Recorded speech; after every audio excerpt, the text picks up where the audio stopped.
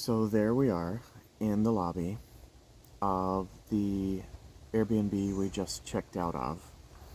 It's July 10th, and we don't know the next place to go. Not only don't we, I'm gonna be fighting flies this entire thing because we're out in the woods and they're flies. But well, It's a very aggressive fly. this fly has guts. Um, so we sit there trying to get some work done, and not knowing where we're gonna go. And in fact, if you check our three bank accounts, ones that we have money in, total up about 90 something dollars. But Sounds that right. money was split across like three accounts, and none of those accounts had enough for us to book an Airbnb at the cost that the Airbnb is costing in Wichita. And so we're like, all right, God, what do we do? And he reminded me that when I woke that morning, he had said, you're getting on the bus today. So we look up the buses, The schedule. the bus schedule. And we go outside to the bus stop, to the corner, which is right next door. And we pray about which direction do we get on the bus? Like, Do we go Lord. inbound or outbound? And this was when the Lord pointed to a guy that we had seen before in the lobby of our Airbnb, and said, go in the direction that he's going. Like, all right, cool. I don't And know. I'd been talking to him for a couple of minutes. Nice guy. Yeah. So after a while, the bus arrives. And when the bus arrives, we get on with our two large suitcases, two small suitcases, 2 backpacks. two backpacks, and an Aldi Aldi bag. bag. Yep. That included a pot, like what you A call pan. it, a pan A in skillet. there, a skillet, Yep. and we get on thinking we'll be able to pay from our cards. To hear the bus driver be like, "Oh, They only take cash. They only take the app. yeah," so we're Okay. like, "Oh, ooh, that's a problem." So this guy who we followed, God said, get on in the same direction he's going. He handed us $5 for the bus passes. He opened his wallet, took out $5, and was even rummaging through his wallet to see if he had more. Like, oh yeah, I don't have any more. I hope this will help you to get to a place. And so So he gets off the bus, and shortly after that, Shaniel squeals and says, God said, look for the flamingo. and that was when I was just like, I sat down. I'm like, God, what's next? And he said, yeah, look for a flamingo. And I busted out laughing because, oh, that's the kind of day we're going to have. All right, well, let's do it then. Yeah. And God immediately said, this is Shaniel's adventure. Like, he made it pretty obvious with the flamingo thing. That's typically not A Jeremy. a Jeremy thing if it's flamingos. And you're here to support. So, all right, cool. I'm here to support. That came up a lot over the next few hours. I know at this point it's about after 3. I think that's about right. About 3 after p.m. 3. And so we're now looking through the bus windows, looking for this pink flamingo. So we're because sitting up. I am thinking, we've always heard I've heard these stories of people who God sends to basically provide for people. We don't know where we're going to be that night. And so I have this hope that God is going to send a random stranger or tell us to get off somewhere with a pink flamingo, and then a random stranger is going to drive up, Yeah. and it's going to tell us that God told them, to take us home with them, sort of thing. That's the thing that So I've got my hand ready to pull the cord because we're looking for a building with a flamingo, a person with a flamingo, a vehicle with a flamingo, whatever it is. yeah. And so we get to the bus station, no flamingo.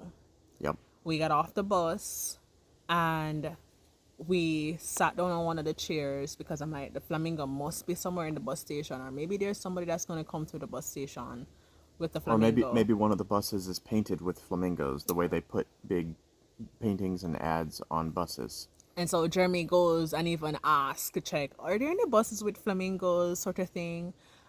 We sit down, and then I remember as we're sitting there, the Lord said to me, you're sitting in the wrong direction. You're sitting in the wrong seat. Go sit X.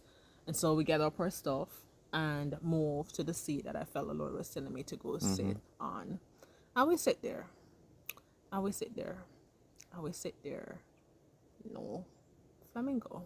We wait for 2 rounds of buses to pass, and none of the buses have flamingos. We're certain of that. I've looked at every single one. Cars are not allowed to drive in here. I went and walked around outside the bus station / parking garage to find out maybe there's flamingos right around the edges of where we are. God didn't say wait for a flamingo to show up. He said look for the flamingo. So I want to be, obedient and thorough.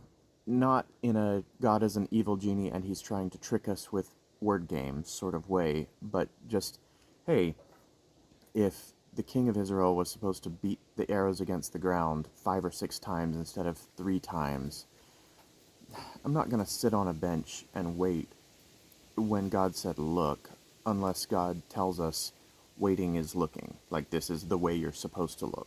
I want to be fully obedient in that. Yeah. And so we we get to a point where it's still, like, there was even a baseball stadium across the road from the bus station. Yeah, And and there people was a started game. passing.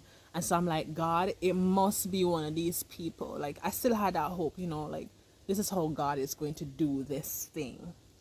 And so time passes. We have different persons come up to us like, are you okay?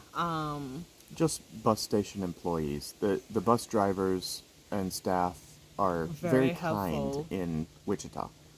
Helpful, kind. Yeah. And so after that, hours pass.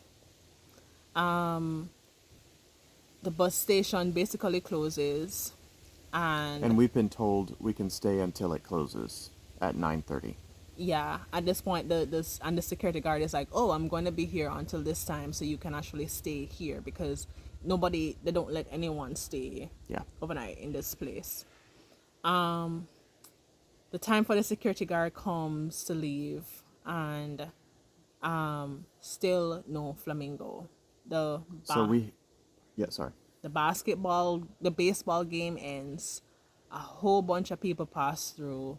Still no flamingo. And we head out of the bus station proper so that we can return the favor to the security guard. Yeah. And so we're out kind of at the edge of that property because we don't know where to go yet, and God has not told us we can leave yet. And not only that, we didn't have the money to leave anyways. Yeah. And so we even stayed outside there until the rain started falling, and Yeah. then we shifted back into the bus station, still looking for this flamingo. And at this point, I'm starting to second guess myself. Like, not that I heard the Lord. I know I heard the Lord, but Lord, did I miss the flamingo? Was it the flamingo? Sorry, was this flamingo in this case a person? Maybe it was a security guard, right? Because She did have pink hair after all. my people, they typically call themselves flamingo. And so it was kind of that back and forth, like, God. But I remember you asking me at one point, 4 points. different points. Like, I was like, Jeremy, I'm ready to give up because one of my biggest fears was being homeless or not having anywhere to go. Maybe. Yeah. That's the first time you've said one of my biggest fears was being homeless instead of is. Yay! Pom-poms. Right? Pom poms indeed. Woohoo! Pom poms. And so I'm now starting to feel the fear kicking in.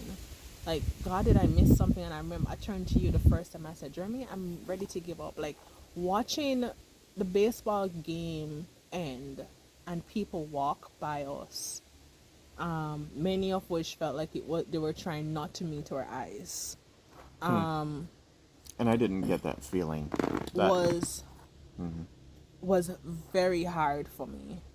Mm-hmm. And being like, but God, this is like our last chance for somebody to take us home. The thing that I was desiring to happen, that I thought was gonna happen. Like, God, how is this gonna happen? Right?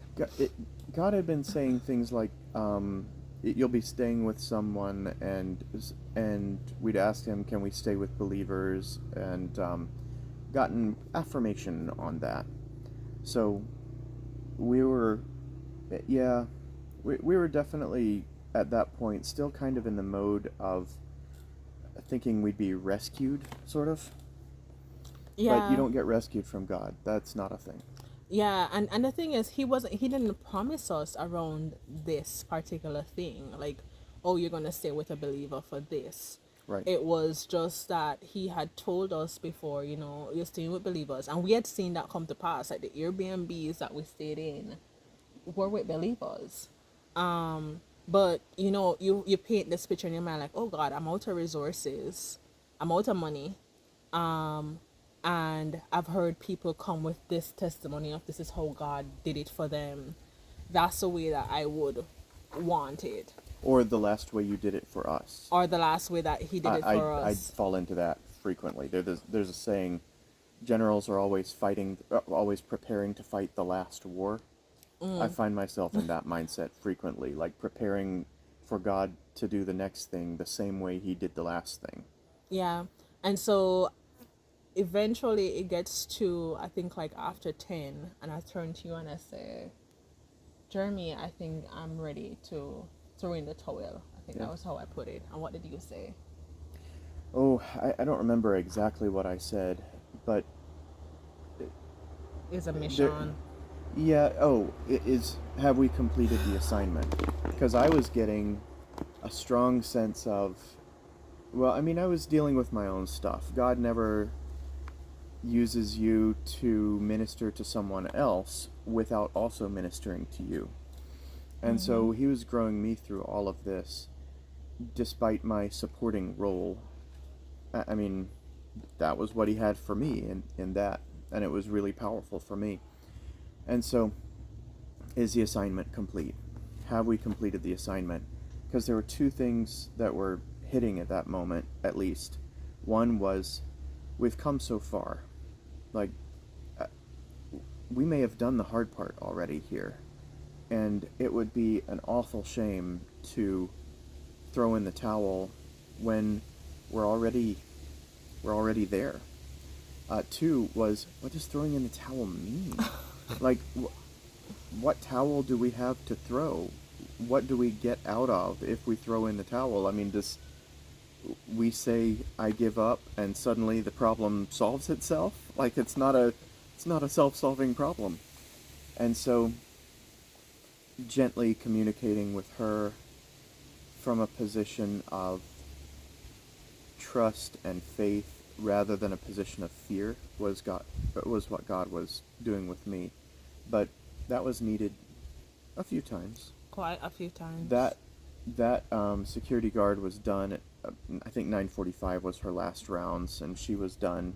And then the new security guard came on a couple hours later for another set of rounds, and we had the same kind of conversation over again.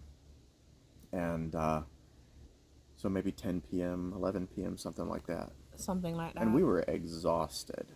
It was, yeah. Right? And so we're exhausted, and I know I cannot answer Jeremy with yes, we have completed the assignment. So she just didn't answer me at I all. know if I said yes, it would be a lie because God had not told me we were done. And so there I am, miserable. There I am, feeling extremely fearful and terrified. And I'm just hating it for her. And I'm unable to say, like, and I'm unable to lie Yeah. when I know when Yeah, God you were hasn't. honest the whole way through. Yeah. Yeah, that was very impressive. And so at about, I remember about 11 o'clock, the Lord said to me, things are going to shift at 1. And I was like, well, I'm still hope. I guess, are you going to send somebody to come for us? That's what I am hoping for. And about 12:30, I got up to start pacing. It's raining outside. And I'm pacing back and forth because I am so agitated. And my mind is just spiraling. Like, I'm like, oh. And I hear the Lord speak to me. And he said to me, he pointed out that, this is the first time in my life that I am at a stage where I know the Lord, he had said something to me, and I was willing to stand on that thing despite my discomfort, despite my fears, Worst fears. despite my worst fear, right? And I remember I paused because I'm like, dang, wow.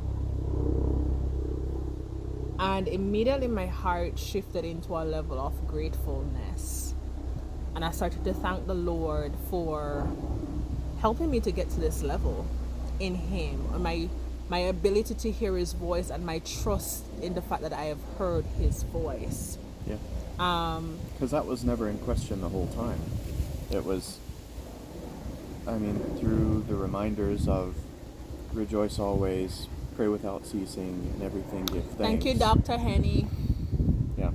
Right? Lee hammered that in with us quite a few times, and it's made a huge difference for us. 1 Thessalonians 5:16 through 18. Yeah. But those just gentle reminders, and how we completed the assignment. And I remember this is now at 1 o'clock, I heard the Lord say, well done, you can leave now. Assignment complete. Well, he didn't say assignment complete, he just said. Right. He didn't say that. It's kind of like, okay. But it was obvious the assignment was complete. Right. And so I was tremendously relieved with that. But we still didn't have anywhere to go. Or... the buses were no longer running. the bus station was still closed. We didn't have the money for a lift, and so forth. And so... We did have the money for a lift. We did. Just to where? Mm-hmm. Where do you want us, God? We had no idea. And God wasn't saying anything. So we waited for the buses to start running again. And we'll pick up around that in the next video. And that was where it started getting cool, even though still very unexpected. Yeah, and we still need to tell you about the flamingo. Oh, so yeah, true. Stay true. I said stay true, not stay true. tuned.